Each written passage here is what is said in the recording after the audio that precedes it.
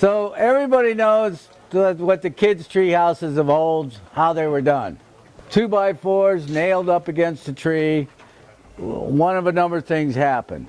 Either the tree's bark pressure pushed out the nails and the boards came loose, the wind sheared the bolts, or they actually survived. They grew around it, and the tree house lasts for years and years. Oh, the other thing that a kid's tree, the wood would rot next to the tree. So, knowing this, I decided to put metal on the tree. I put a metal bracket, all different kinds of metal brackets I used. Some of my first ones were using channel and putting it up against the tree and bolting it to the tree, all right, with lag bolts. We tested that, and that held pretty strong. Out of two 3/4 inch lag bolts, we could get 4,000 pounds because it's up against the tree and it's got the friction, it's holding it there, and then the tree grows around it and bolster blocks it, which like this, that's not going to move anywhere, that's not going to go anywhere, all right, but it's very intrusive to the tree. On this one here, somebody bolted some wood, some 2x6s and 2x8s right to the tree. What you actually see up there on the top is that the bark of the tree has actually been able to push it away from the tree. It's actually pulling the bolts through the tree. Now those are strong, but they're not very nice to the tree, and then it's going to rot after a while. Those were, say, the second generation. Okay, this is what goes on behind one of these brackets. You can see that it's trying to grow around this, but it stops. The bark can't grow out anymore, and it's trying to capture around it. So this bracket I took off, this is what it did within like 3 or 4 years. All right, now this is a Garnier limb that's been in a tree for a while. Now it's more intrusive in the beginning, but as you can see, as it grows around it, it becomes less intrusive. Another way of you can look at this guy's over here. So if you look at those pipes, it's growing right around it, right up to them. Just like a limb. So just like a limb. The pipes are over the end of a Garnier? They're over the end of a Garnier limb. Okay.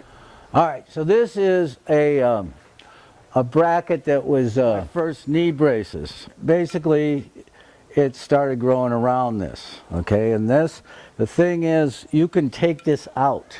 Now, what I can do with that, though, is I can put on a piece of pipe. I can take this same piece of pipe and I can put an extension on. All right, so most of my brackets, what I use is I use a piece of pipe with them. Take your bracket off, put a longer extension on it, and move your bracket out. And that's one of the things that you want to look for when you get a bracket and when you design your tree house. I mean, you can spend more money, have it out away from the tree more, but a lot of times you think, oh, I'm not going to worry about it. This is, I'm only going to use it for 10 years. But in 10 years comes along and you still like it and you want it and everything. So then what I'm saying is the way I've designed a lot of this stuff, you can extend it. But if you have spent a little bit of time and a little bit more money in planning, you can put something that's in there that has more room for growth.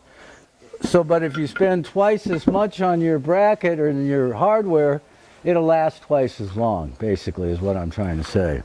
The whole thing with the artificial limb or the GL or the tab was to try to simulate a limb to be able to allow for movement and allow for growth. This is a real neat tree house. This is in Washougal, and it's up on the top of a cinder cone. And these are quite dynamic. It's got 3 different platforms there. This is a double tree, which we'll have some drawings and show you that. This is a regular single tree. And these have stabilizer boxes on them. So this is some Bracketree that's more high-tech. It's also because of the wind loading on that. That's up on top of a ridge in like a 100-mile-an-hour zone. And it's like 24 feet up in the air.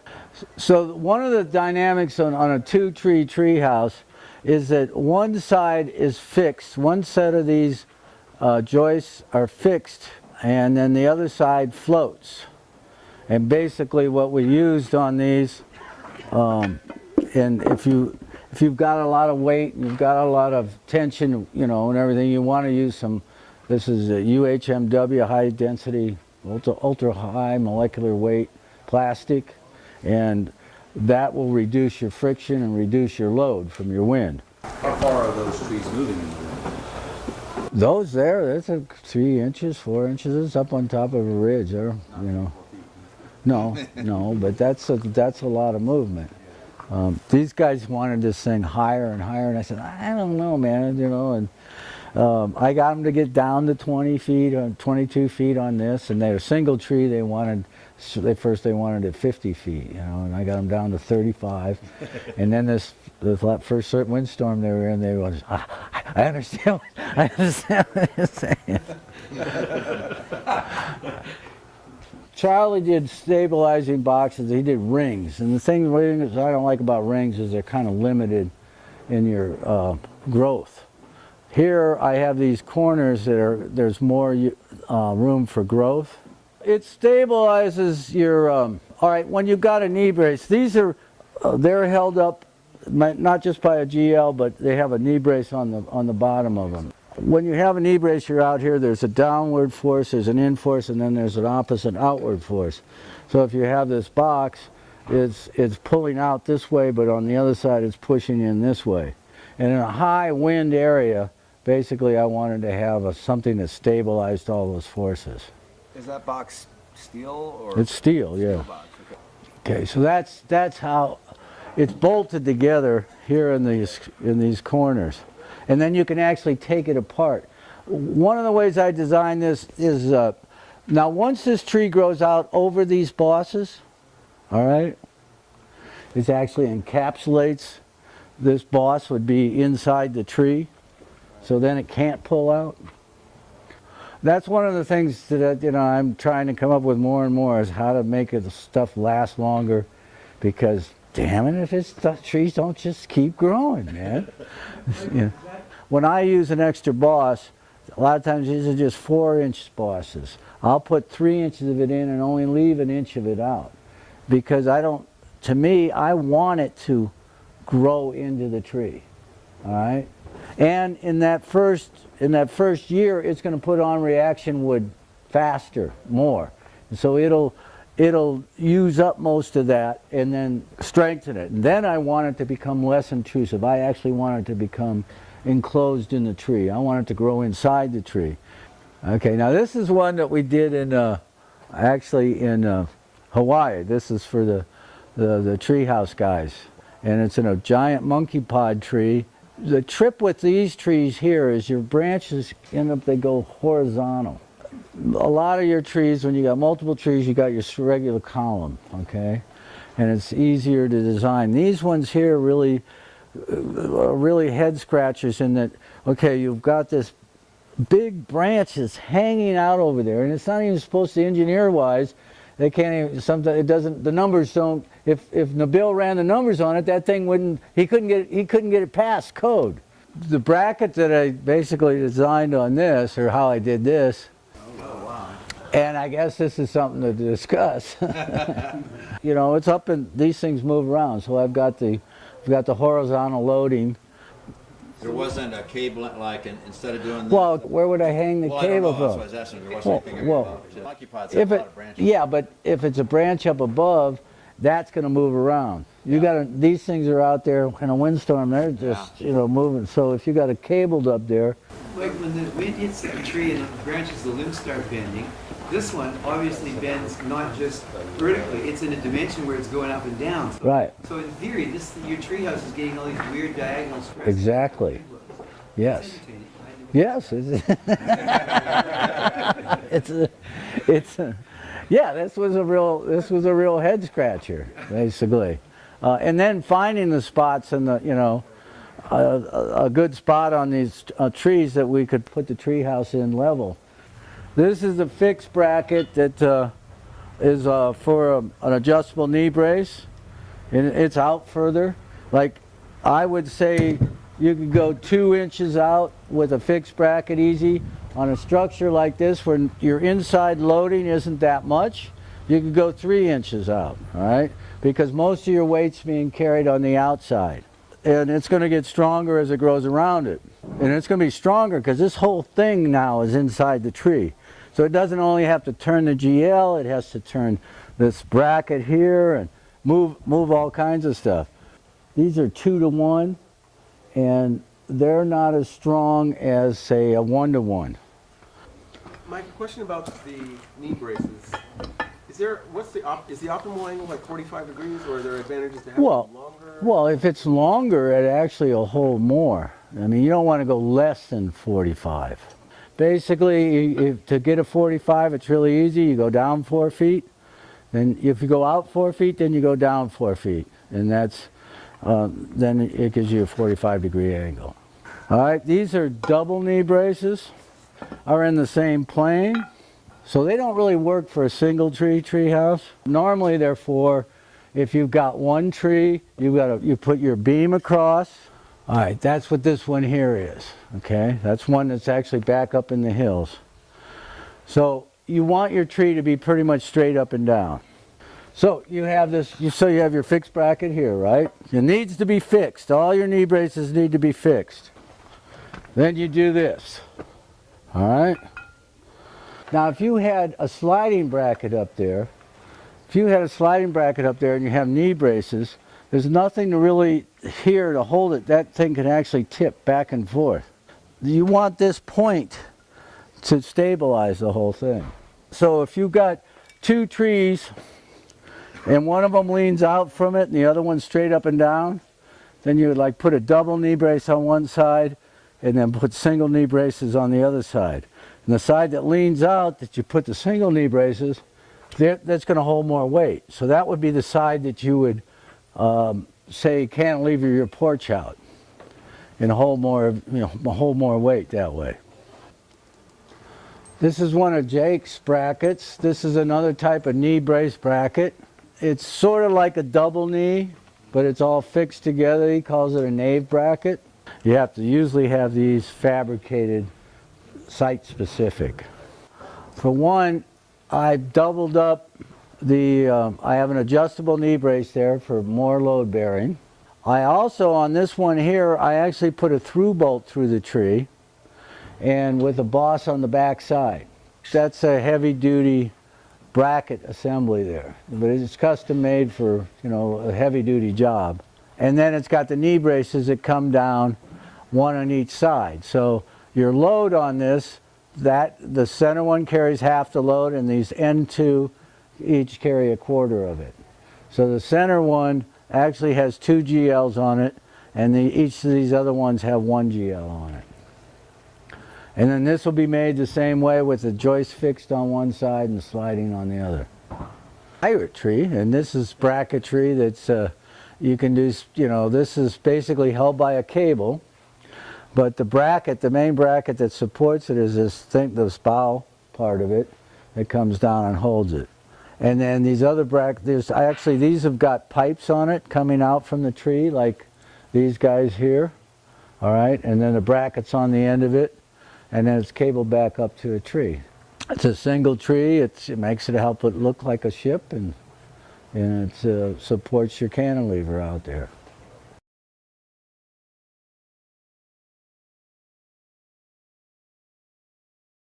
These are other things that we tested. This one here had a bolt in it. Charlie Greenwood came up with this way, which was held in by a lag bolt. Okay, so we tested this. This was Jonathan Fair Oaks. All right. Okay, here's another one of what Charlie's was like. Okay. Of these 3, which one do you think held the most? This one here. Yeah. Why? It's big. It's massive. It is 12 inches long. We had to drill this giant hole in there. We had to take a sledgehammer and smash it in there. We only got 10,000 pounds out of this. And we couldn't get any more with my hydraulic jack and stuff. We couldn't figure out why we couldn't get any more until we released it. I had it in one of these trees over here. When we were pumping it, we got to 10,000 pounds, and we couldn't tell, it was just picking the tree up. When we released the jack, we could see it drop. The numbers on this were kind of disappointing, but this here was promising, and basically because we tested this up just up against a regular bolt. So we got just the bolt 2,500 pounds, you know, before it moved through that. This we got 6,500 pounds out of it by just adding this boss. I don't say I invented the GL, I developed it. And why didn't I go this way? It's just overwhelming. It's too much. It's too much, right. I was looking for something that could be more easily installed and less expensive to build. This guy here was, you know, it's a massive thing, and it just wasn't practical putting it in the tree, and it seemed like a lot of damage. And this one here was, you know, very promising. Anyway, we upped the size here, upped this to 3-inch instead of 2.5, and put on better threads. This is the first production line. And then this one here, we got to hold 8,000 pounds. Putting a better thread on it. Okay, grabs it more because part of it's pull out from the tree. And then we upped the size, the diameter of this, and then the width of this too. And actually we've then gone to 1 inch. The standard was 1 inch, and then we got the, you know, we have the, you know, the heavy limbs, okay? You know, I've sold, you know, thousands of these, and they seem to work really well. And we've told you where you got to watch out is that cyclical loading. What's the optimal boss size, diameter? Well, 3 inches, and basically, I mean, it's because it's the easiest. You get any bigger, and it's harder to take that much out of a tree. Okay. Now, these here, these are Charlie's. What are these things rated at? It varies, but they're averaging out at least 16,000 pounds. The rated, I mean, or holding? Holding. Holding. So And that's in a Doug fir, or? it's in a Doug fir. Yeah. They have a nice withdrawal or holding power from withdrawing from being pulled out. It's a little tricky to install with this. You drill initially an 1 3/8 diameter pilot hole, and then chase it with this tapered bit. But once the hole is cut, this goes in fairly easily. This is called a flower drive bit, and it's supposed to marry up with this socket, female socket inside, and then this would be the driving mechanism. But then this fits onto 1.5 inch socket, and this is a torque multiplier. So you can initially turn it 1 to 1 like this, and then this is a 200 to 1 multiplier, which allows you to get it in quite easily till it's driven home. And then, of course, from this, you can then start attaching any extension to it. And you could put any of these other brackets that just be bigger, and, you know. So then you drive this in, and then in this particular treehouse case, I'm not going to drive it all the way in because it gets difficult to take apart. Then this a bracket fits over this, which then takes a set of struts. For most people that do most tree houses, this is very adequate. You know, with stuff that Charlie's working on and some of these other guys, then, you know, they're doing these massive tree houses. And to me, I'm not really into that. I'm into having a tree house that's more balanced with the tree. I'm not into having, I mean, I have a big tree house that I live in, but it's spread out. It's, you know, it's not all on, I don't have these giant point loads. This guy here, you got to get an installer for this, you know. And it's kind of the same thing. It was kind of the same thing with this. This is very strong, but it just wasn't practical.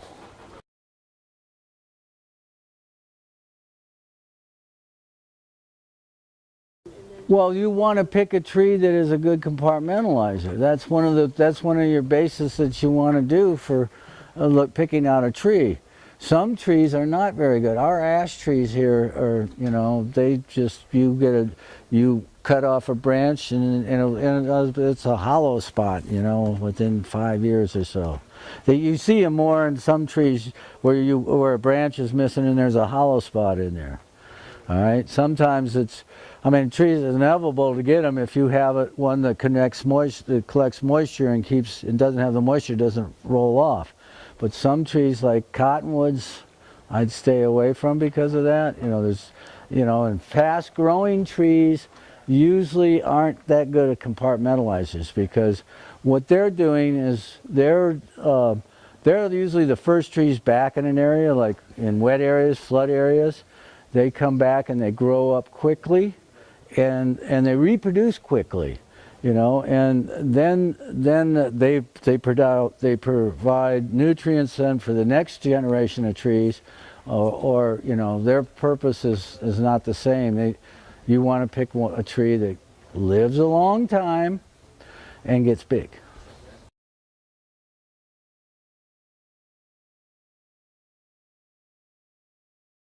Michael, I noticed you use different secondary supports, those knee braces versus the cable suspension, and I'm wondering if you favor one over the other and why. I favor the cables. My engineer favors the knee braces. Well, the cables, I think they're more flexible. There's no pull out on your GL from a cable. You can put it closer to the tree. They're easier to install. There you go. Yeah. See, the key is here. Well, the cable is just attached to the top of the tree where you move the most. That's why I kind of don't feel good about it. But while the knee brace, as you can see here, it's connected closer to the ground, so it moves less. And it's also closer to, the 2 points are closer together. Yeah. The platform and the knee brace. The other one, your platform, and then you're up, I'm up 23 feet. On the cable one, you should keep the cable length as short as possible if you use that. The higher up you got, the more straight pull down you have. Right, If so you're that's- down lower, you got to pull out on your cable. Yeah, also they are in your way. You have to go higher because you are in. If Yeah, if you make it shorter, it will be in your way. Going back to the knee brace, to be honest with you, I like it 60 degree too. I disagree with Mike. 60 degree to me better, like what you see right now. I said at least 45. At least 45. Okay. Yes. I said if you make it more, it'll actually support more. It'll be more in shear. It'll be more. There will be less pull out. No, if you can make it knee brace and cables that we call redundancy, if one of them failed, the other one would work. That would be the best. Okay. Anything else? Okay. That's it. All right. Okay.